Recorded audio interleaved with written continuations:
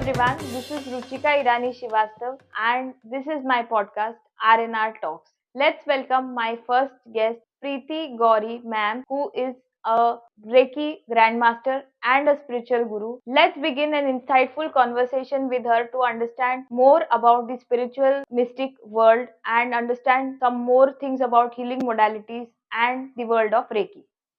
तो मैम मैं आपसे जानना चाहती थी जैसे फेंगशुई से हम घर के बहुत सारे एलिमेंट्स को ठीक करते हैं, आयुर्वेदा से हमारी बॉडी के बहुत सारी चीजें करेक्ट होती है, ऐसे रेकी बेसिकली क्या है? रेकी ये सोडो साइंस है। सोडो साइंस में अगर आप बोलेंगे तो कोई साइंटिफिकली प्रूफ नहीं मिला है, लेकिन जैसे भगवान हमें दिखता नहीं है लेकिन वो है, कोई पॉजिटिव ऊर्जा हमें दिखती नहीं है लेकिन है और हम फील कर पाते हैं, ऐसी ये रेकी है जो आप फील कर पाओगे और इसको 100% रिजल्ट में पाओगे। और आपकी जर्नी के बारे में आप बता सकते हैं, आपने कैसे ये स्टार्ट हुआ, आपको ये पाथ कैसे मिला? बिल्कुल, बहुत ही अच्छा क्वेश्चन है रुचिका आपका। मेरी जर्नी नॉर्मली 26 साल से मैं बोल सकती हूँ। जब भी मेरी शादी हुई उसके बाद मेरे जो सासू जी थे वो कुछ ऐसी प्रोसेस करते थे, यानी किसी का पेट दर्द हुआ तो वो उनके पास आते थे, मम्मा को उनके पेट पे हाथ रखती थी और कुछ मंत्र बोलती थी जिसे अभी हम स्विच वर्ड कहेंगे, तभी उनका कोई पर्टिकुलर नाम मुझे पता नहीं था होगा, तो वो सिर्फ हाथ रखते थे और 7 टाइम वो मंत्र बोलते थे जो हमें तभी नहीं बताते थे। 3 दिन उनको बुलाया, तीसरे दिन वो लड़का भागते आएगा, हंसते आएगा, यानी कुछ तो हुआ, मिरेकल हुआ, उसका पेट दर्द खत्म हो गया। फिर दूसरी बार देखा कि किसी को जॉन्डिस हुआ, मम्मी के पास आया, मम्मी ने फिर सुई लिया और कुछ प्रोसेस किया और मंत्र बोले, वही स्विच वर्ड, वही कुछ जो हीलिंग पावर उन्होंने भेजा, लेकिन उनको 3 दिन में फर्क हो गया। फिर आंख में कभी किसी को प्लॉटिंग आ गई, हाँ, तो वो अगर आज डॉक्टर के पास जाएंगे तो उसमें आपको 10,000 खर्चा आएगा, लेकिन वहां पर मम्मी के पास आने पर वो कुछ ऐसी प्रोसेस करते हैं और वही 3 दिन चलती है और सामने वाला क्योर। तो मुझे लगा कुछ तो है, मम्मी मुझे सिखा, तो मम्मी ने बोला आज तो नहीं सिखाते, एग्जैक्ट टाइम रहता है इसका तभी मैं सिखाऊंगी। उन्होंने सिखाया, फिर भी मेरा हाथ नहीं चला, क्योंकि हम कभी कभी करेंगे, मम्मी तो हर बार करती थी। मुझे लगा मैं नहीं सीख पाऊंगी। फिर आगे जाके जैसे जैसे प्रैक्टिस में इस चीज को लिया, आज मम्मी और मेरा दोनों का हाथ इतना ही अच्छा चल रहा है और वही आज के टाइम में उसे हम रेकी कह सकते हैं। सो ऐसा कभी अब होता है कि आप किसी पब्लिक प्लेस में या किसी वेडिंग में या कहीं पे जाते हो तो वहां पे भी ऐसे कि कोई इंसान जो स्ट्रेस में है या फिर डिप्रेशन में है या फिर जस्ट मेंटली थोड़ा अपसेट है, तो आप कभी उनको आप आइडेंटिफाई कर पाते हो? और मतलब ऐसे भी है क्या कि जो लोग इस प्रॉब्लम से, पोस्टपार्टम डिप्रेशन से गुजरते हैं, वो रेकी से बेनिफिट ले सकते हैं? बिल्कुल, ये एक इंट्यूशन पावर आप जिसके बारे में बात कर रहे हैं ना, ये एक इंट्यूशन पावर है। अगर रेकी में आप प्रैक्टिस करते हो तो आपका इंट्यूशन पावर यानी आपका थर्ड आई चक्रा वो ओपन होता है, प्लस आपकी बॉडी की लैंग्वेज है, आपकी जो आप आवाज है आपकी, उसकी फ्रीक्वेंसी है, उससे हम लोग जज करते हैं, प्लस आपकी ऑरा, आपके जो अंदर के 7 चक्रा है ऐसे ही बाहर भी 7 चक्रा है और उनके पर्टिकुलर कलर होते हैं। अगर वो कलर एक दूसरे में मिक्स होते हैं, वो क्लीन नहीं दिखते हैं, इसका मतलब कुछ डैमेज है। कहां पर से वो कलर दिखते हैं उससे हम जजमेंट लगाते हैं, और प्लस हमारी इंट्यूशन पावर, जिसके वजह से कोई स्ट्रेस में है, कोई तकलीफ में, कोई भी बड़ी तकलीफ है, देखो हर एक बात कोई शेयर नहीं करता है, हाँ, तो तभी उसको देख के जजमेंट आता है और हम सामने से उनको बोलते हैं बच्चा ये है क्या, तो वो बोलते हैं हाँ मैम एग्जैक्ट। मैंने करुणा रेकी और रेकी के बारे में सुना है, उसई रेकी के बारे में, तो क्या इसमें कोई डिफरेंस है या ये क्या है ये मतलब? उसुई रेकी जो है ना वो जापान से आई है, डॉक्टर उसुई उनके फाउंडर है। और उस रेकी का मतलब क्या होता है? डिवाइन ऊर्जा, हाँ, डिवाइन एनर्जी। और ऐसे ही जैसे आपने करुणा रेकी की बात की, तो करुणा रेकी भी एक हीलिंग है, लेकिन साईं बाबा वो हीलिंग देते थे। स्पर्श चिकित्सा अगर आपने सुनी हो तो साईं बाबा सिर्फ अपने हाथ उठाते आशीर्वाद के लिए, सामने वाले को फर्क होता था। वो दिए में सिर्फ पानी लगा के लौ जगाते थे, दिवाली मनाते थे। तो ये क्या था? स्पर्श चिकित्सा, और उसी को आज के टाइम में हम रेकी कहते हैं। सो साईं बाबा भी जो करते थे, जो उनके साईं चरित्र में जो मेंशन्ड है, जो मिरेकल्स है, वो भी एक रेकी ही है। दोनों रेकी है और दोनों इतनी पावरफुल है। सिर्फ उनके फाउंडर उसुई है, डॉक्टर उसुई है, और इनके जो है वो साईं बाबा हमारे। सो अभी हम हमारे सेकंड सेगमेंट पे जाते हैं, which is healing of relationships. मैं जानना चाहती हूँ, इन योर ओपिनियन आज के रिलेशनशिप्स बहुत फ्रजाइल क्यों है? मतलब उनमें बहुत ज्यादा नंबर ऑफ डिवोर्स रेट्स और बहुत ज्यादा है, और बहुत कंसीविंग में लोगों को बहुत प्रॉब्लम होती है, बहुत लोगों की शादियां लेट होती है। इसका इसका क्या कनेक्शन है, और क्या इसको हीलिंग से हेल्प हो सकती है लोगों की? इसमें कुछ चेंज आ सकता है इस पैटर्न में? बिल्कुल हो सकता है। जो आप ये बोल रहे हैं रिलेशन, ये हमारी भाषा में हम सोलमेट बोलते हैं या तो ट्विन फ्लेम बोलते हैं। अगर आपके पास कोई भी बंदा आया, इनफैक्ट आपके बच्चे हैं, आपका पति है या आपकी पत्नी है, तो वो जो रिलेशन है, पास के रिलेशन है, उनके साथ में आपका कार्मिक ज़्यादा है। यानी कोई भी सोल है, वो अपने हिसाब से, कर्म के हिसाब से वो सोल को ढूँढता है। अभी अगर आपके उसके साथ में अच्छे कर्म रहे हैं पास्ट में, तो वो आपके साथ में अच्छा रहेगा। और पास्ट में अगर कुछ आपने गड़बड़ की है तो वो ऐसा बन के आएगा और डिवोर्स केसेस होंगे। बच्चा भी अगर आप सोचो कि आईवी कराने के बाद बच्चा हुआ, लेकिन वो जब भी बड़ा होगा ना, तो अपने हिसाब से अगर आपने वो आपका सोलमेट ऐसा है कि कुछ लेसन सिखाने के लिए आया है, तो वही जिसके लिए आपने अपना शरीर आधा किया, वही आपसे बिछड़ेगा और इस हिसाब से बिछड़ेगा कि आप पूरे टूट जाओगे। और एक बोलती हूँ कैंसर, जो कैंसर होते हैं, अगर जैसे हमने रिलेशन सोचा, ऐसी बीमारियां भी जो फिजिकल लेवल पे आज कैंसर एकदम कॉमन है, जैसे सर्दी खांसी हुआ करती थी, ऐसे आज के टाइम में कैंसर है। तो वो भी समझ लो कि कहीं ना कहीं हमने कुछ ऐसा किया था, इसकी वजह से आज मुझे ये भुगतना पड़ रहा है। तो ये सॉलमेट है। कार्मिक हीलिंग क्या है? बेसिकली कार्मिक हीलिंग इन टाइप के लोगों को हेल्प करता है? बिल्कुल। अगर आपको पता है कि सामने वाला मेरे साथ में और कुछ पता नहीं चल रहा है, ठीक है, हाँ, लेकिन आपका पति कहीं पर और जा रहा है, आपके अलावा उनके कोई और ऐसे कुछ है जो चीज़ें वो जो आपके साथ में कनेक्ट नहीं होता है, या तो किसी लेडी का आप देखोगे, हमारी काम वाली बेचारी आती है तो उसको पति मारता ही रहता है और उसके पैसे लेके चला जाता है। तो आपको और कुछ रेकी पता नहीं चलती है, सोलमेट पता नहीं चलती, ट्विन फ्लेम पता नहीं चल रही है, लेकिन ये तो पता चल रहा है कि ये आदमी मेरे लिए अच्छा नहीं है। तो ये क्या हम्म। हुआ? कार्मिक हुआ। अभी अच्छा। इसमें मैं क्या करती हूँ, पास्ट रिग्रेशन पे एक सेशन लेती हूँ। उसकी वजह से हम उसकी पास्ट हिस्ट्री में जाएँगे, यानी पिछले 10 साल, यानी अभी की जर्नी नहीं, वो पहले की जर्नी, उन्होंने कितने साल क्या कहाँ पर गुज़ारे और किसके साथ में क्या किया। उसके थ्रू हम आगे बढ़ते हैं, जो कार्मिक हीलिंग बोला जाता है। कार्मिक हीलिंग कितना लंबा प्रोसेस होता है? मतलब अगर किसी को कार्मिक हीलिंग करनी हो, तो वो कुछ दिन का प्रोसेस होता है, या या महीनों का प्रोसेस होता है? इसको हम बिल्कुल 11 दिन में या 21 दिन में तो खत्म नहीं कर सकते हैं, लेकिन मैं क्या करती हूँ कि किसी को बड़ा लंबा लेंदी नहीं बताती हूँ, जिसमें खर्चा भी ज़्यादा हो या तो उसको भी प्रॉब्लम हो, तो मैं पहले उसकी रीडिंग करती हूँ।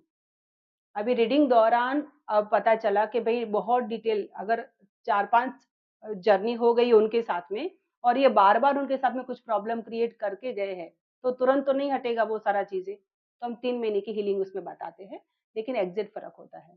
आप रीडिंग के बारे में बार-बार बोल रहे हो, तो रीडिंग बेसिकली का प्रोसीजर क्या होता है? मतलब मुझे अंडरस्टैंड करना है या समझना है कि आप रीडिंग जब करते हो, तो आप, जैसे हमको पता है कि एस्ट्रोलॉजर हमारी कुंडली देखते हैं, तो आपके हिसाब से आपकी हमारी कुंडली क्या है आपके सामने? बिकॉज़ आप यूजुअली मुझे पता है आप फ़ोन पे बात करोगे, या फिर आप एट द मोस्ट अगर आपसे कोई मिलने आएगा तो आप फेस रीडिंग करते हो, इसके अलावा तो आप कोई चीज़ हमसे माँगते नहीं हो।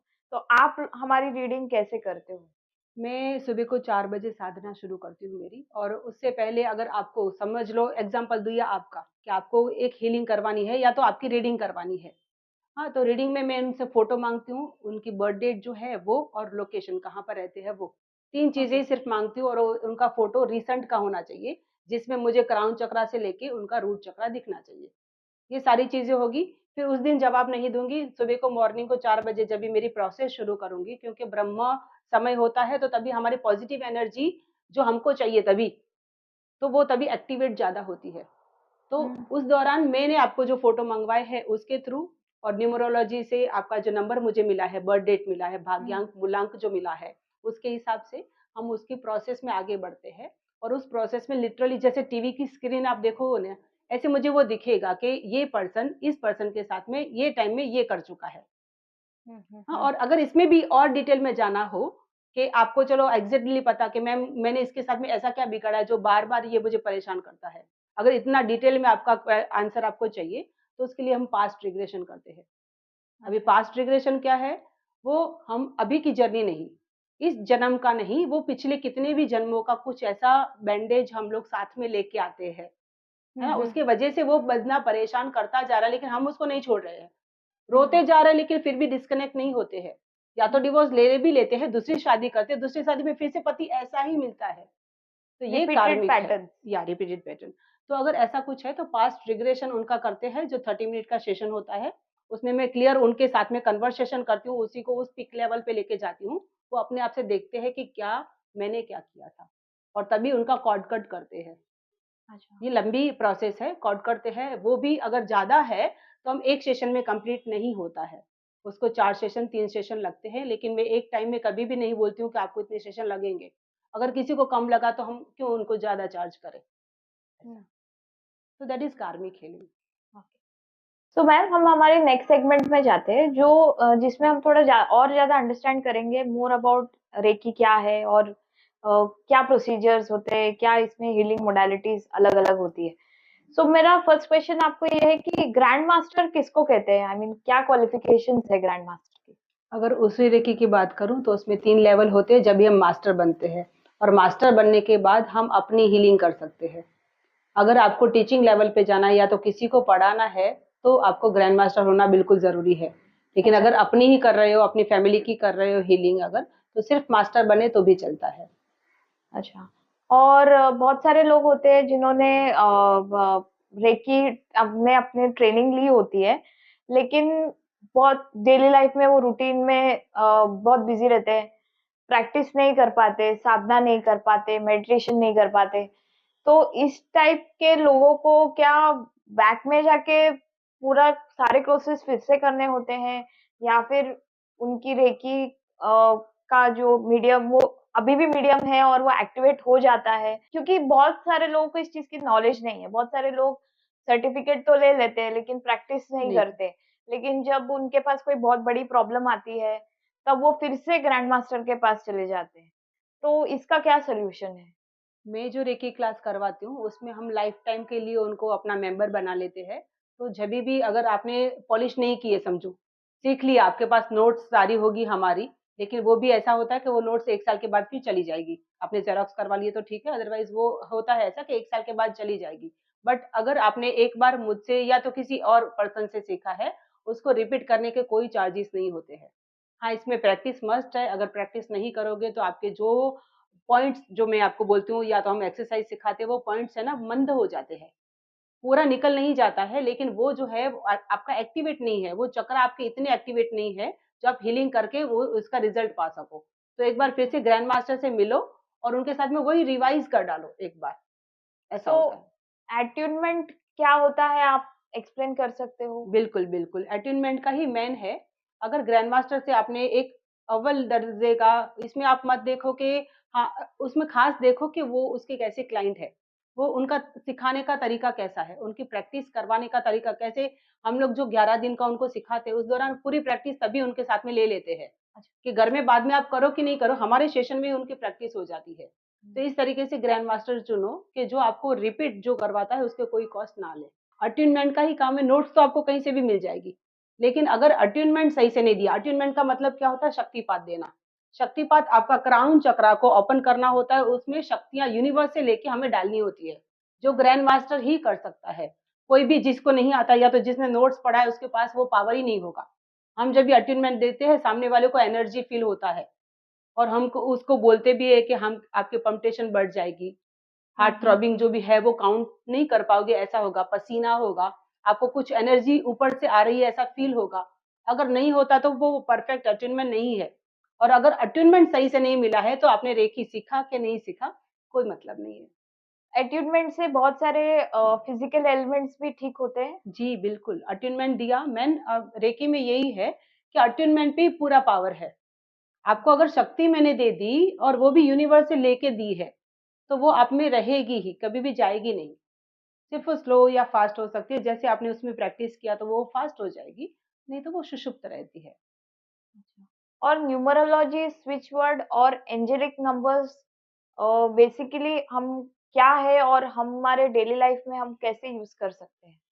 बहुत अच्छा क्वेश्चन है। एंजेलिक नंबर का मतलब क्या है? आपने अचानक से मोबाइल लिया, या तो मोबाइल आपका वही पड़ा है, 555 दिखा, 111 दिखा, 4 बार 1 दिखा, तो इसकी कुछ आपको ये पता नहीं चलेगा कि क्या अच्छा या बुरा मेरा हो रहा है।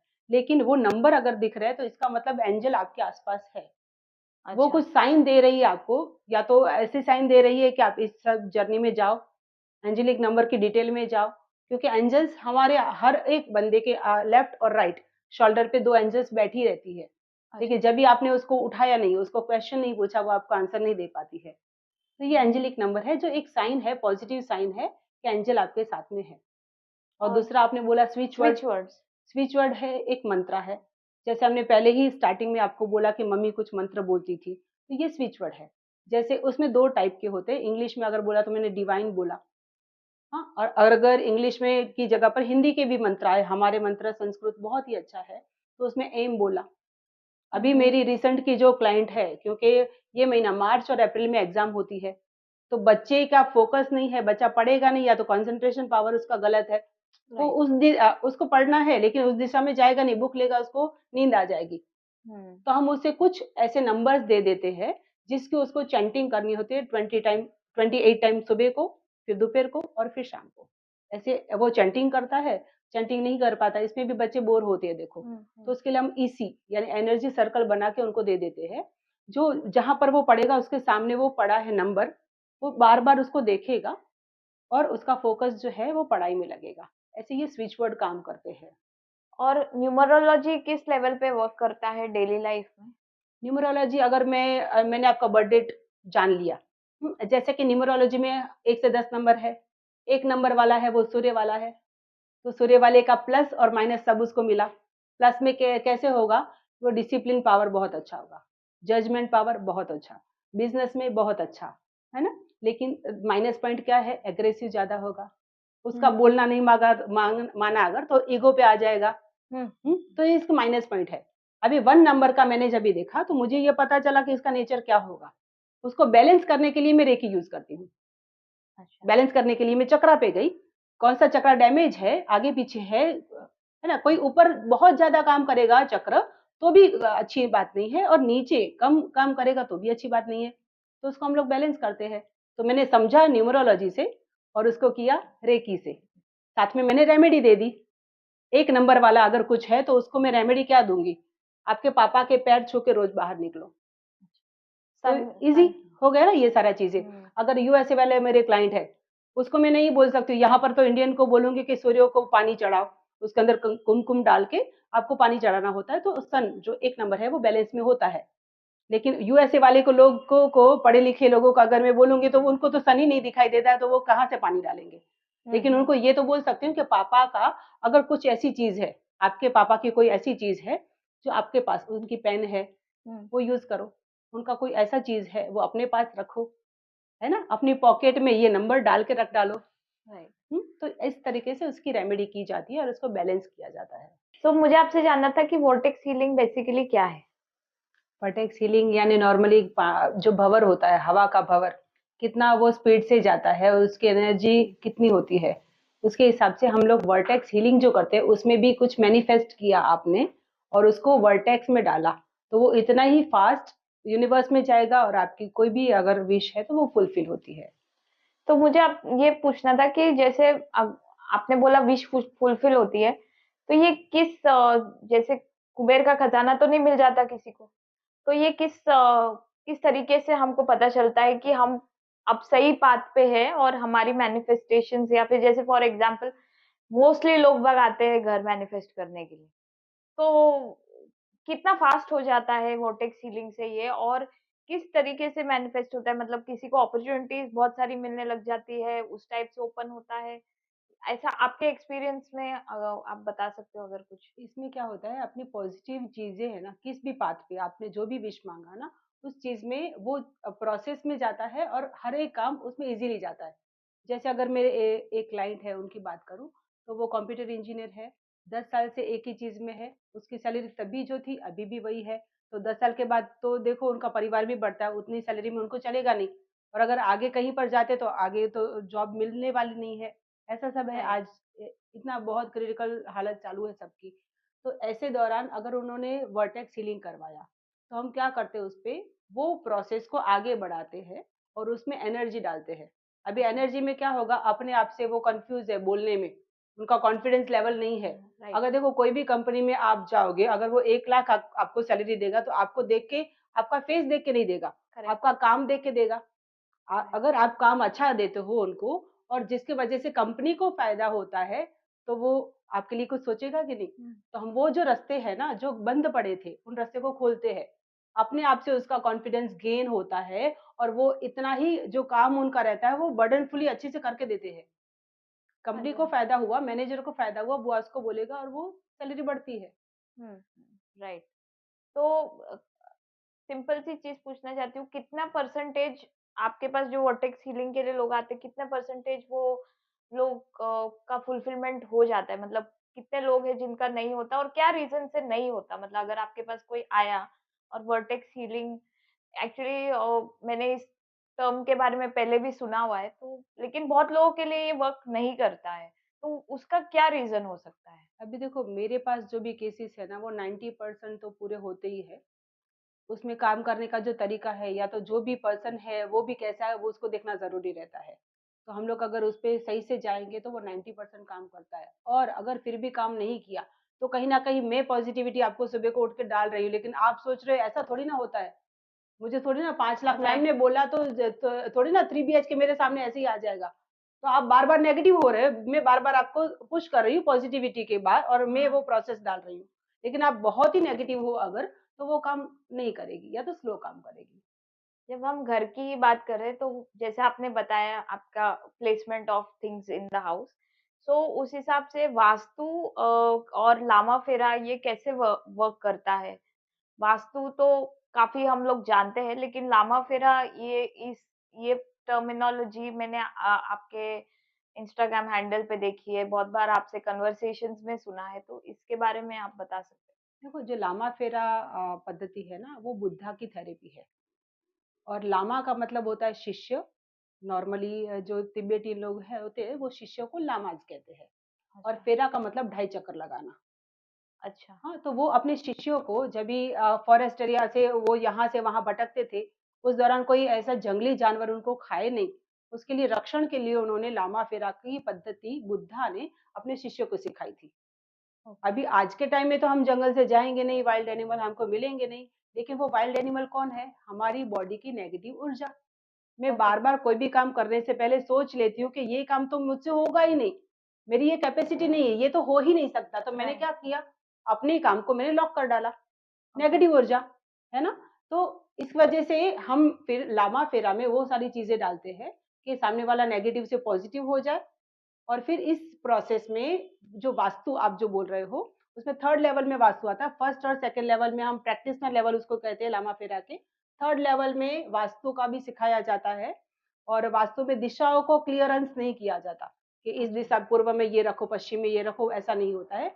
लामा का एक सिस्टम होता है, जो टूल्स होते हैं उसके, अच्छा। उसको लेके हमें अगर मैं एक घर का मेरे घर का मुझे अगर लामा-फेरा करवाना है, वास्तु करवाना है, तो मैं क्या करूँगी उसकी एक सिस्टम है होती है, नारियल घर में रखा जाता है, एक दिया जलाया जाता है और जो लामा फेरा करने वाले मास्टर है, मास्टर होने बिल्कुल ज़रूरी है, नॉर्मल आदमी नहीं कर सकता है। अच्छा। वो ती घर की प्रोसेस करेगा और 3 चक्कर घर में लगाएगा और ओके। उस दौरान वो दिशाओं में अपने को सिम्बॉल डालेगा। अच्छा। तो अच्छा। अगर मैं किसी फैक्ट्री में जाती हूँ लामा फेरा करने के लिए, तो जितना स्क्वायर फुट है उसके हिसाब से मैं रेट लगाती हूँ। लेकिन ओके। सामने वाले का वो फैक्ट्री चलना ही है।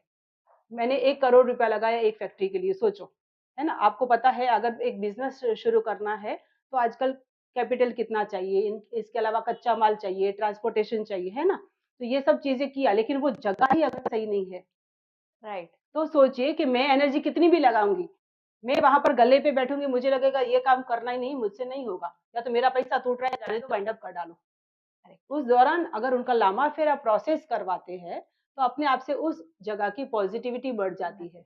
राइट। और वही काम आपका जो बाजू वाला पर्सन है, वो इतना कमा रहा है लेकिन आप अपने हिसाब से ज़्यादा कमा के आगे बढ़ते हो। तो लामा फेरा किसी के घर में अगर जैसे रॉन्ग एनर्जी चैनल की गई है किसी से, या फिर कभी कभी कोई जन गुजर जाता है घर से, तो नॉर्मल लोगों को नहीं पता होता कि उस जगह पे एनर्जीज है, तो वो कभी सोचते भी नहीं है कि उस घर की क्लेंजिंग करानी। हम ठीक है, हो सकता है हम कैंपर से या फिर हम दिया जला के उतना ही हम कर सकते हैं। तो क्या लामा फेरा भी इस टाइप के सिचुएशंस में वर्क करता है? बिल्कुल, अभी एक लड़की है जो कतार में है, वहाँ पर ऐसा होता है ना कि उनको अलग से एयरपोर्ट का काम है समझो, तो वो अलग-अलग होटल्स में उनको स्टे करना होता है। हम्म। अभी वहाँ पर कुछ एनर्जी उसकी दिखाई दी, वो जस्ट वॉशरूम में जा रही थी तो उसको लगा कुछ दिखाई दे रहा है, पता नहीं चल रहा है, लेकिन डर लग रहा है मैम, और ऐसा-ऐसा है। मैंने उसको क्या बोला, आपके घर का फ़ोटो मुझे भेजो, हर एक हम्म। दिशा का फ़ोटो भेजो। अभी उसको जो थोड़ा-सा दिखाई देगा ना, वो मुझे क्लियर दिखाई देगा। तो मैंने उसको बताया नहीं, क्योंकि वो अकेली रहती है, डर जाएगी। तो मैंने बोला आप जस्ट, मैं 3 दिन करती हूँ, चौथे दिन आपको कॉल करूँगी मैं, और तब तक ठीक है, मैं साथ में हूँ, डरो मत। मैंने उस पे प्रोसेस किया लामा फेरा। अच्छा। तो वो लामा फेरा का नॉर्मल अगर क्लियर किसी को पूछोगे ना, या तो आप यूट्यूब में देखोगे ना, तो ब्लैक मैजिक हटाने के लिए खास काम करता है वो। ओके। अगर स्पेशलाइज्ड हम बोले ना, वैसे तो हर एक चीज़ सिंबल उसमें है, लेकिन अगर ब्लैक मैजिक के लिए कुछ करना है तो लामा फेरा करवाओ। तो आप जब इतने डिटेल इतनी ज्यादा एनर्जीज के साथ वर्क करते हो, तो ये आपको इफेक्ट नहीं करता? नहीं, इसमें भी इफ़ेक्ट करता है। जब भी, अगर मैंने आपको क्या बोला कि मैं मास्टर को, नहीं तो नॉर्मल बोलते हैं सब लोग कि मास्टर होने पर भी आप सबकी हीलिंग करो।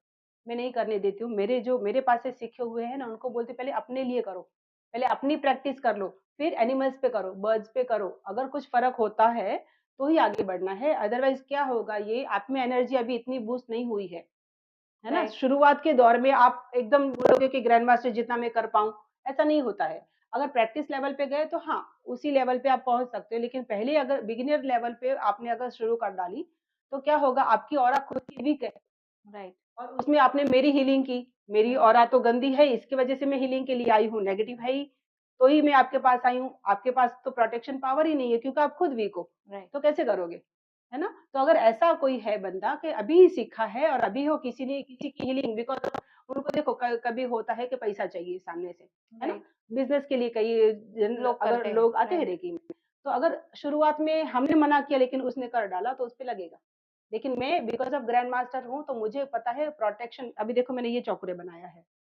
हाँ, राइट। ये सिंबल है एक। तो ऐसे प्रोटेक्शन के लिए कुछ सिंबल होती है, कुछ प्रोसेस होती है, जो पर्टिकुलर काम करती है, लेकिन मैंने वो लेवल पे ही नहीं गई मैं, और सिर्फ़ पैसा कमाने की उसके हिसाब से गई, तो मैं वो प्रोसेस को ब्रेक करूँगी, अच्छा। है ना? और मेरी ऑरा वीक है, तो वो लगेगा, नहीं तो नहीं लगता है। पास्ट लाइफ रिग्रेशन कैसे वर्क करता है? पास्ट लाइफ रिग्रेशन में क्या होता है, नॉर्मली आपके पास्ट में आप गए। अभी इस जन्म से कुछ नहीं आता है ये। इस जन्म में आपके साथ कोई अच्छा या बुरा है, अगर बहुत बुरा है तो वो पास्ट से आया है। अभी पास्ट में आपने क्या किया था, आपको तो पता नहीं है। नहीं। अभी हमने कल क्या खाया था वो भी याद नहीं है, अगर तो पिछले जन्म में क्या, तो वो तो मुझे भी पता नहीं है ना? राइट। तो किसी को भी पास्ट लाइफ में हमने क्या किया पता नहीं है, लेकिन क्या प्रॉब्लम हो रही वो तो पता है। जैसे अभी बच्चे नहीं हो रहे हैं, हाँ? तो बच्चे नहीं हो रहे या तो कैंसर है। तो ये कहाँ से आया? उनकी रीडिंग करते हैं, फिर उनको पास्ट लाइफ के कुछ सेशन देते हैं हम, 3 सेशन, 4 सेशन, जैसे उनकी प्रॉब्लम। छोटी प्रॉब्लम है तो एक टाइम में सॉल्व होगा, ज़्यादा है तो उसके हिसाब से। लेकिन 30 मिनट से लेके 40 मिनट्स का हम सेशन लेते हैं। उसको सामने-सामने बात करवाते हैं। वो वीडियो कॉल पे मेरे सामने रहेगी, लेकिन वो अपने लेवल पे ऊपर नहीं जा सकेगी, तभी मुझे उससे पुश करना है। वो जर्नी तक लेके जाऊँगी, समझो वो चौथी जर्नी में, यानी आज से 400 साल पहले हम्म। उसका कोई ऐसा बर्थ रहा, जिसमें उस पर्सन को इसने मारा है, खंजर से मारा है। राइट। ये मेरे पास ऐसे रिग्रेशन के तो केसेस इतने खतरनाक आते हैं कि वो इतने रोते हैं ना सामने वाले, लेकिन उनको फिर से मैं उसी लेवल पे लेके जाती हूँ कि देखो अगर ये बुरा बन रहा है आपके सामने, तो आपने उसके साथ में देखो ये क्या किया था। फिर होपोनोपोनो प्रेयर करवाते हैं उसे, माफ़ी मंगवाते हैं, फिर फॉरवर्ड करते हैं। ये बड़ा-सा लेंथी प्रोसेस रहता है, लेकिन आपने 3 सेशन लिए ना, तो आपको लिटरली पता चलेगा, और एक सेशन में भी आपको वो जर्नी दिखाई देगी खुद को, ऐसा पास है। बहुत लोगों ऐसे समझते हैं कि पास्ट लाइफ के जब आप हिप्नोथेरेपी करते हो या आप उनको तब वो उनको डिफरेंस नहीं पता चलता बिटवीन हेलुसिनेशन और बिटवीन कि रियली उन्होंने जो देखा है वो करेक्ट है। तो आप एज़ अ हीलर कैसे वो मतलब आपको क्या कहना है इस बारे में कि क्योंकि मोस्टली मैंने दे सुना है जब हमारे डिस्कशंस होते हैं किसी के साथ में कि जब पास्ट लाइफ रिग्रेशन सेशन अगर कोई करता है तो उनको लगता है ये तो हैलुसिनेशन है। ये तो मैं खुद सोच रहा था कि मैंने लाल कपड़ा पहना होगा या मेरे पिताजी वो पिछले जन्म में मेरे पिताजी थे। लेकिन आप कैसे इसको कॉन्ट्रडिक्ट करना चाहते हैं? मेरा जानना ये है कि अगर ये थॉट प्रोसेस है पास्ट लाइफ रिग्रेशन के बारे में तो आप उसको वैलिड कैसे बोल सकते हैं? बिल्कुल, बहुत ही अच्छा क्वेश्चन है क्योंकि कई बार ऐसा होता है इमेजिनेशन पावर ही हम आगे खींचते हैं। अभी इसमें मैं क्या करती हूँ, आपको जिस जर्नी में मैं लेके जाऊँगी ना, उससे पहले मैं कुछ प्रोसेस ऐसे करूँगी कि उसके साथ में मैं भी चलूँ और उसी के साथ ओके, में सेफली मैं भी आऊँ। तो जब भी आपको कुछ पता नहीं चल रहा है, कई बार ऐसा होता है कि सामने वाला रोता ही रहता है, कुछ नहीं बोल पाता है। तो उस जर्नी को ऊपर लेके जाने के लिए उसके पास स्ट्रेंथ नहीं है, तो उसको हम स्ट्रेंथ देखते हैं और वहाँ पर मैं भी साथ में हूँ अगर, तो उसको लाल कपड़ा या पीला कपड़ा उसको लाल दिखा, वो अगर येलो है तो मैं उसको बताऊँगी। राइट, बच्चा छोटा है, वो तभी लड़का था कि लड़की था, मैं उसको बताऊँगी और वो अच्छा, धीरे-धीरे आगे जाएगा और धीरे-धीरे अपने आप से बोलेगा क्योंकि एक टाइम तो ऐसा आता है, जब भी आपको वो सड़ा रह गया है, वो तकलीफ रह गई है, वो तभी तो एक का मैंने केस था, उसको दफ़नाया गया था। उस ओके, लड़की को दफ़नाया गया था, सोचिए इतना वो रो रही थी। अभी साथ में मैं उसके साथ में गई, आधे लेवल पे आके वो रुक गई, रोने ही लगी सिर्फ़। ना वो कुछ बोल पाती थी और अगर वो सपोर्ट नहीं करेगी तो मैं कैसे करूँ? राइट। तो मैंने उसको सपोर्ट दिया, मेरी प्रोसेस चालू रखी और मैं भी उसके साथ में उसी जर्नी में ऊपर गई, उसी जर्नी से वापस लेके आई। पास्ट लाइफ रिग्रेशन का सेशन सेफ होता है? बिल्कुल, सेफ इसीलिए मैं वो हर बार बोलती हूँ कि कभी भी जो इन सब चीज़ों में पारंगत है, चाहे वो थोड़ा पैसा ज़्यादा लेगा, या तो मत करवाओ।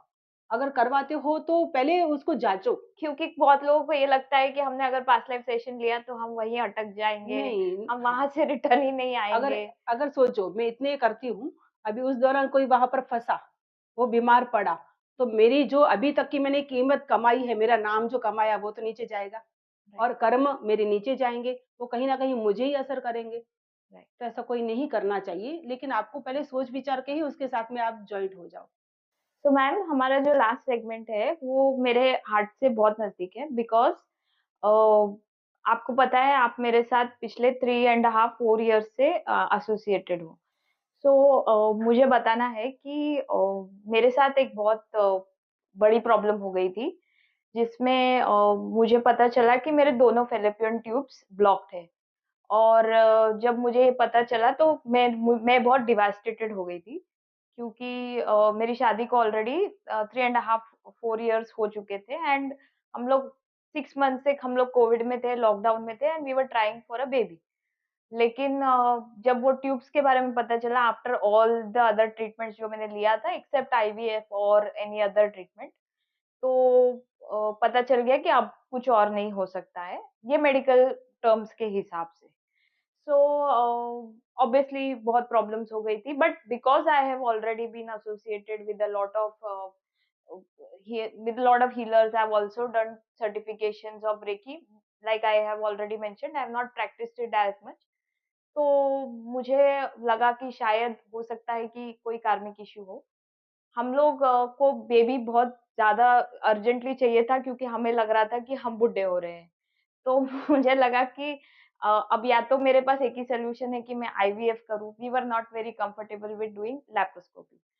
सो बिकॉज़ हम लोग आयुर्वेदा में भी मेरी फैमिली बहुत बिलीव करती है, तो हमने आयुर्वेदिक एक ट्रीटमेंट चूज़ किया जिसको बोलते हैं उत्तर बस्ती। सो हमने वो ट्रीटमेंट तो स्टार्ट कर लिया था, लेकिन मुझे खुद को फ़ील होता था कि उस ट्रीटमेंट से मुझे मेरे बॉडी में कोई हरकत नहीं हो रही है। उसी दौरान बिकॉज़ वो ट्रीटमेंट इटसेल्फ 3 महीने का था और मुझे बोला गया था कि इस ट्रीटमेंट के बाद आपका आईवीएफ स्मूथ जाएगा and we were mentally prepared कि हमें आईवीएफ ही करना है। सो वो ट्रीटमेंट चल रहा था जब भी मैं मैम के सिंपल इंस्टाग्राम हैंडल से मैंने इनको कॉन्टैक्ट किया और मैंने उनको सिर्फ इतना बोला कि मुझे ये प्रॉब्लम है। उन्होंने अपना प्रोसीजर, जैसे उन्होंने पहले भी बताया है, उन्होंने रीडिंग की, मुझे हीलिंग दिया, हस्बैंड को हीलिंग दिया और मैंने इनके साथ में कनेक्शन स्टार्ट किया। सो सबसे पहला इंस्टेंस मेरा ये था कि मैंने जब अपने सेशन स्टार्ट किए उनसे मिलने के 1 महीने बाद, तो मैंने बहुत सारे मोमेंट्स ऐसे एक्सपीरियंस किए। शायद मैंने मेरी प्रैक्टिशनर के फेशियल एक्सप्रेशन से गेज कर लिया था कि जो चीज़ मेरी बॉडी एक्सेप्ट नहीं कर रही थी, वो प्रोबेबली उस दिन, क्योंकि मैंने मैम से 1 रात पहले बात किया था और मैंने उनको बोला था कि आप सिर्फ़ मेरे रिपोर्ट को चेक करिए और आप बस उतना पार्ट में हीलिंग दीजिए, क्योंकि मैं बहुत डेस्परेट हो चुकी थी। तो मैम ने सुबह में 7 ओ क्लॉक का मेरा सेशन होता था, मुझसे बात की, मुझे बोला आप टेंशन मत लो, आप जाओ। और मैंने कुछ चीज़ें देखी, कोई ऐसा कोई मिरेकल नहीं एक्सपीरियंस किया, लेकिन मुझे कुछ लगने लगा कि शायद बॉडी मूवमेंट है। हाउएवर ऐसा कुछ नहीं था कि एक दिन में कोई चमत्कार हो गया। वो पूरा महीना हमारा गया और उसके बाद हमारे सेशंस कंप्लीट हुए और उसके बाद जो सब्सीक्वेंट महीना था, जो उसमें था, उसमें हमें लगा कि शायद प्रोबेबली मैम ने हम मेरी हीलिंग कंटिन्यू रखी थी और मुझे लगा कि शायद हमने कंसीव किया है, लेकिन ये बात घर में कोई किसी से कर नहीं रहा था बिकॉज़ हम लोग बहुत स्कैर्ड थे। और फिर मिरेकल हो गया और वो मिरेकल मेरे घर में अभी 2.5 साल का है। So I am not saying through this medium कि ये सिर्फ़ उनके गाइडेंस की वज़ह से या हीलिंग की वज़ह से हुआ है। ऑब्वियसली मेरे साथ में बहुत सारे लोग, इवन मेरे जो आयुर्वेदिक डॉक्टर्स थे, उनका भी जो मेथड है वो काम में आया है। लेकिन ऑब्वियसली मैम, आपका जो योगदान है वो क्या था और आपने किस तरीके से मेरी हेल्प की, ये मैं आपसे जानना चाहती बिल्कुल, जो आपका केस था ना बेटा, कि अगर आप आयुर्वेदिक में जाओ या कहीं और जाओ, आपके न्यूमरोलॉजी में जाओ, एस्ट्रोलॉजी में जाओ, आपके पास जो प्रॉब्लम थी ना, उसका सॉल्यूशन नहीं था, आपका बच्चा नहीं हो सकता था। आपको आईवीएफ की तरफ जाना, और आईवीएफ भी अगर आज के टाइम में बोलूँ तो सब करवाते तो है, लोन लेके आईवीएफ करवाते हैं। फर्स्ट सेशन में शायद उनका नहीं हुआ, तो वो उसका खर्चा तो स्ट्रेस लेवल बढ़ाएगा आपका, है हूँ। ना? राइट, और ज़रूरी नहीं कि आईवीएफ करने के बाद हो, राइट। है ना? तो उसके लिए मैंने आपको तभी तो कुछ बताया नहीं, क्योंकि आप जिस पॉइंट पे थे, आपको मैं कहाँ डराऊँ? सो कोई हम एक्चुअली, चांस नहीं हाँ, था। हमारा actually interaction always over the phone ही रहा है। जी, हमारा जी, इंटरेक्शन हम मिले, हाँ इन जी, पर्सन नहीं हुआ है। बिल्कुल, बिल्कुल। सो तभी मैंने आपका शाल्विक हीलिंग किया था और कार्मिक हीलिंग किया था। अभी शाल्विक हीलिंग का मैं बोलूँ ना, तो ये अभी से आईवीएफ नहीं है, इसका नाम अभी आईवीएफ बोलते हैं, लेकिन तभी शाल्विक जो गुरु थे, ऋषि थे ना, वो तभी के टाइम में ये प्रोसेस कर चुके। अगर सॉरी, गांधारी का आपको पता हो, तो गांधारी के कितने बच्चे? 100 आपको पता है, लेकिन वो 101 बच्चे थे। ओके, अभी उन्होंने क्या किया था, गांधारी को बच्चे नहीं हो रहे थे, तो इनको वरदान दिया गया। वरदान दिया, उसमें 100 बच्चे होंगे। ठीक है, वो वरदान यानी क्या, हम लोग आज की ब्लेसिंग, आज की हीलिंग, आज का रेकी जो भी बोलते हैं वो, या तो पॉजिटिविटी, पॉजिटिव एनर्जी। अभी राइट, उन्होंने क्या किया, अगर कोई लेडी है, 100 बच्चों को जन्म दे पाएगी क्या? राइट, कैपेसिटी है? नहीं। तो उसने क्या किया, 9 महीने के बाद उन्होंने एक मांस का टुकड़ा, ओके, गांधारी ने मांस का टुकड़ा एक पैदा किया। ओके, उसके ऊपर प्रोसेस तभी के टाइम में, वो ही आईवीएफ है, तभी के टाइम राइट, में उसके ऊपर प्रोसेस की गई और उसके 100 अलग अलग हिस्से किए गए, 101। तो 100 ओके, ये पुत्र है और एक पुत्री थी उनकी, अच्छा, 101 उनके टुकड़े हुए, उनको एक मटके में भरा गया, उन पे जैसे हम घी करके जलाते हैं ना, राइट, 2 साल तक उसमें जलाई, लौ जला के रखी, 2 साल तक उस पे प्रोसेस की गई, और फिर आपको पता है कि उनके 100 बच्चे हुए। तो ये ओके, आज के टाइम का आईवीएफ है, लेकिन आज आईवीएफ बहुत महंगा पड़ता है, और जिसको राइट, बच्चे नहीं है चाहिए वो करेगा। और उसके बाद आप लेडी को बहुत प्रॉब्लम होती है, उसमें बहुत सारे ऐसे चांसेस हो जाते हैं कि सामने वाली की लाइफ, जब तक बच्चा बड़ा हो ना, तब तक उसकी लाइफ नहीं बचती है, ऐसे, और यानी साइड इफेक्ट है। तो अभी अगर उसमें मैंने हीलिंग की, शाल्विक हीलिंग की, राइट, मंत्रा हीलिंग की, तो वो कर्म भी आपको नहीं होगा, यानी वो जो हुँ। तकलीफ होने वाली है वो भी नहीं होगा, बच्चा भी सही होगा, आप भी सही होगे, ऐसा है। तो क्या आपको लगता है कि जैसे मेडिकल, आजकल का कॉन्सेप्ट ये है कि सब लोग मेडिकल ट्री इसके लिए जाते हैं, मतलब अपना जानने जाते हैं मेडिकल हिस्ट्री क्या है शादी से पहले। सो इस टाइप के, बिकॉज लोग लेट शादी करते हैं या फिर वो बहुत अलग-अलग टाइप की मैरिजेस होती है।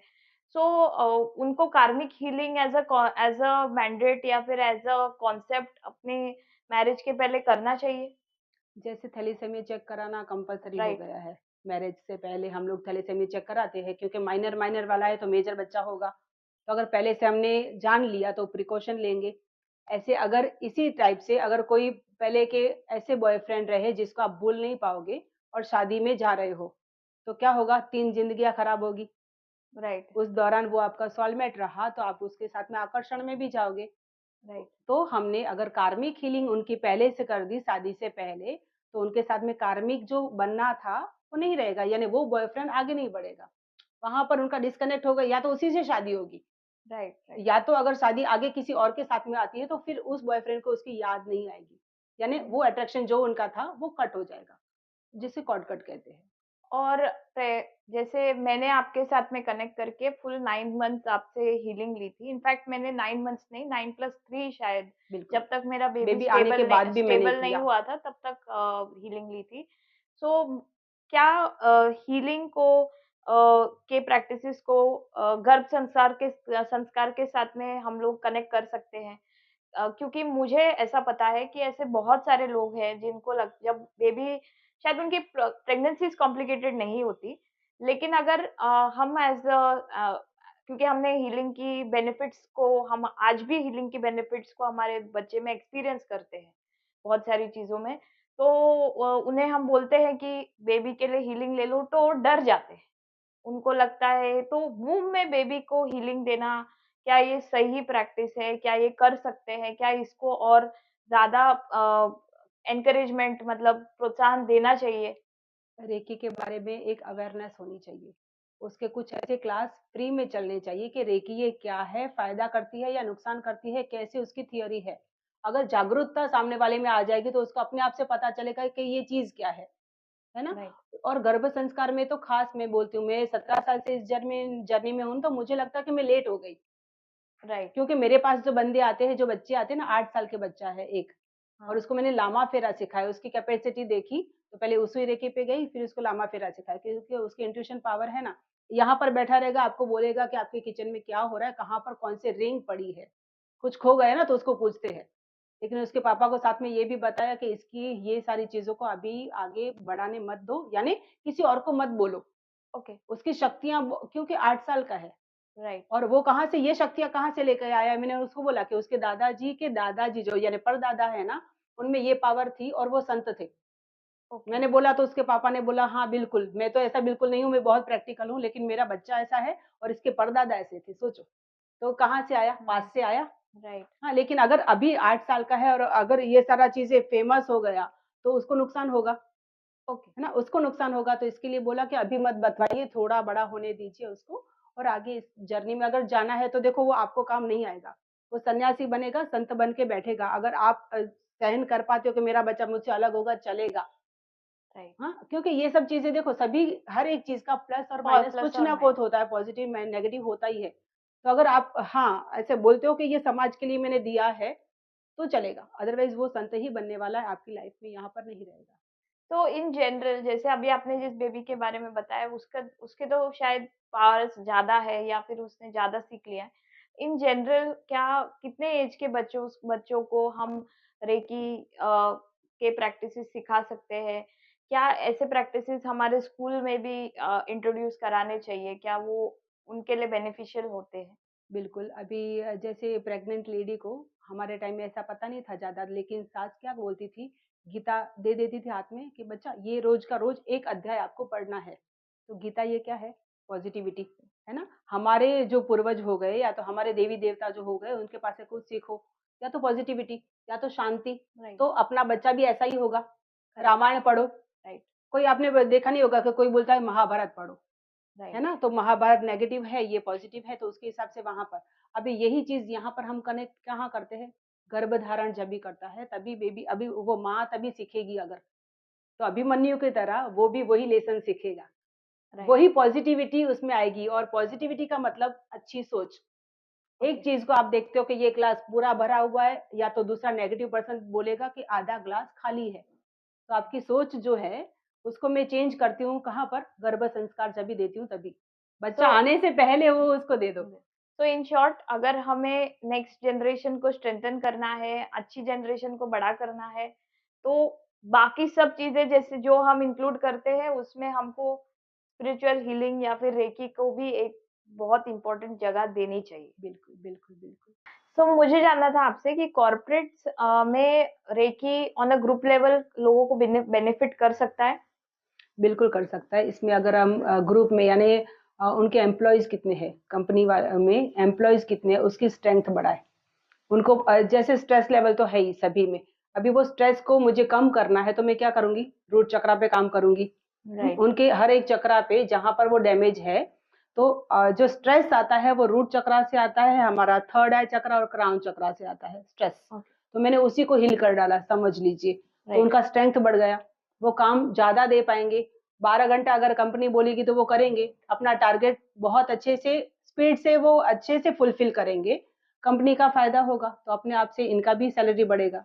और शायद किसी को पता भी नहीं है, एक ग्रुप लेवल पे रेकी प्रैक्टिस हो सकती है। जैसे अगर हमने कोई सेशन रखा है तो आप सेशन में 25-30 लोगों को, कितने लोगों को एक टाइम पे आप रेकी हीलिंग सिखा सकते हो या फिर हीलिंग कर सकते हो ताकि उनकी ग्रोथ हो? रेकी सिखाने के लिए तो मैं पर्सनली ज़्यादा लेती हूँ, या तो 5, ज़्यादा से ज़्यादा स्टूडेंट 5 लेती हूँ, इससे ज़्यादा नहीं लेती हूँ। क्योंकि मुझे उनको ओपन करना होता है, और मैं ऐसे करती हूँ कि जिस दौरान मेरे पास वो क्लास करने आते हैं, उनकी हर बार की रीडिंग होती है। क्योंकि देखो, आप में जो कैपेसिटी है वो सामने वाले में नहीं है। राइट। तो अगर वो मेरे साथ में अगर 50 लोगों के साथ में जुड़ेगा, वो ओपन नहीं हो पाएगा। वो ओके। मुझे ऐसे सवाल नहीं पूछ पाएगा, उसको लगेगा दूसरों को कैसा लगेगा, है ना? तो मैं उसके लिए ग्रुप नहीं करती हूँ, लेकिन ये जो आप कंपनी के लिए बोलते हो ना, उसमें 500 लोगों तक हम जा सकते हैं। आप जा सकते हो। हाँ, बिल्कुल जा सकते हैं, और ग्रुप में ही किया जाता है, जिसमें मुझे एनर्जी, उनमें पॉजिटिव एनर्जी डालनी है। कुछ ओके। स्पेशल करके नहीं डालना है, क्योंकि ये कंपनी का काम है। कंपनी का काम क्या है? फ़ायदा दिलाना। राइट। फ़ायदा दिलाने के लिए मैं उन सभी को वही चक्रा को ओपन करूँगी। ओके। तो उसके लिए हम 500 लोगों तक जा सकते हैं। इनफैक्ट उसमें कोई ऐसे कंडीशन नहीं होती कितने लोगों के साथ में, ज़्यादा लोगों के साथ में जा सकते हैं। और आपके साथ में रेकी सीखने के लिए किसी को कोई क्वालिफिकेशंस की ज़रूरत है, या कोई सोचे मैं पहले अपना कर्मा ठीक करूँ फिर रेकी सीखूँ, ऐसा कुछ होता है? नहीं, नहीं, ऐसा कुछ नहीं है, इसमें क्वालिफ़िकेशन का कुछ नहीं है। अगर कोई कुछ भी नहीं पढ़ा है, फर्स्ट स्टैंडर्ड में भी अगर वो स्कूल भी नहीं गया है अगर, तो भी चलता है। और बहुत क्वालिफ़ाइड, मेरे पास पीएचडी वाले बच्चे हैं, और बिल्कुल होम मेकर जो है, घर का करते हैं, वो भी लोग हैं। और उनको मैंने जो जर्नी में दिया है, उनको एक बिज़नेस दे दिया है। लेकिन वो बिज़नेस में एक ऑनेस्टी होनी ज़रूरी है। आप किसी का फ़ायदा हो तभी आप उससे जो पैसे लेते हो, वो आपको फुलफ़िल होंगे, नहीं तो नहीं होंगे। तो ये अच्छा। उनको साथ में ये संस्कार देना भी ज़रूरी है कि रेकी क्या है, कैसे काम करेगी, और आपको कितना स्लो या फ़ास्ट जाना है, लेकिन क्वालिफ़िकेशन की बिल्कुल बेसिकली ज़रूरत है। डिसिप्लिन होना ज़रूरी है। जी, बिल्कुल। Right. If you like this episode, please like, share and subscribe. ऐसे ही इंटरेस्टिंग एपिसोड्स के लिए स्टे ट्यून्ड।